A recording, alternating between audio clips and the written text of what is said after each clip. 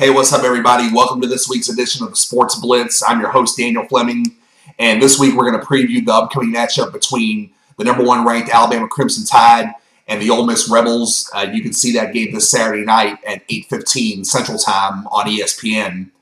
Ole Miss has a 3-1 record coming into this game, and this stat that I'm about to give you will surprise a lot of people. They actually lead the Southeastern Conference in rushing.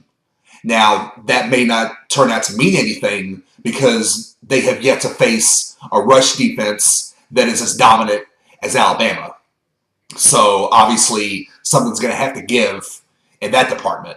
But Ole Miss, like I said, has a 3-1 record. Their only loss was against Texas. And they've got some good skill position players. Their quarterback, Bo Wallace, number 14, has had a pretty good year so far. And their top running back is number 3, Jeff Scott. And their top wide receiver is number 12, Dante Moncrief. So those will just be some guys to look out for as you're watching the game this coming Saturday night. Ole Miss's defense has been kind of hard to figure out. They pitched a shutout this past week against Tulane, but the week before that, they gave up 66 points to Texas, which was their only loss. So it's going to be very interesting to see how they do against Alabama. Now, from Alabama's point of view, we have to assume that we're going to get everybody's best shot. Because, when you're the number one team in the country, there's a giant bullseye on your chest. And you can't overlook anybody. Obviously there's a lot of people looking ahead, to what would happen, if Alabama was undefeated and if LSU was undefeated when they meet up on November 3rd.